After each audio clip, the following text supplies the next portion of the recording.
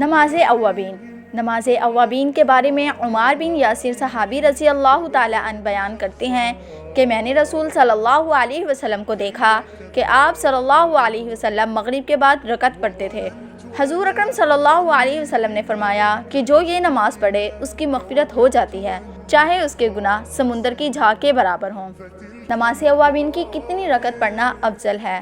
آپ صلی اللہ علیہ وسلم نے فرمایا کہ جو مغرب کے بعد 6 رکعتیں اس طرح ادا کرے کہ ان کے درمیان کوئی بری بات نہ کہے تو یہ 6 رکعتیں 12 سال کی عبادت کے برابر ہوں گی۔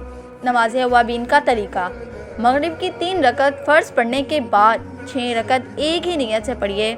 ہر 2 رکعت پر قعدہ کیجیے اور اس میں التحیات، درود ابراہیمی اور دعا پڑھیے۔ پہلی، تیسری اور 5ویں رکعت کی ابتدا میں ثنا، تعوذ اور تسمیہ یعنی اعوذ اور بسم اللہ پڑھیے۔ چھٹی رکعت کے قعدے کے بعد سلام پھیر دیجیے۔ پہلی 2 رکعتیں سنت موقدہ ہوئیں اور باقی 4 نوافل۔ یہ ہے اوابین یعنی توبہ کرنے والوں کی نماز۔ چاہے تو 2 رکعت کر کے بھی پڑھ سکتے ہیں۔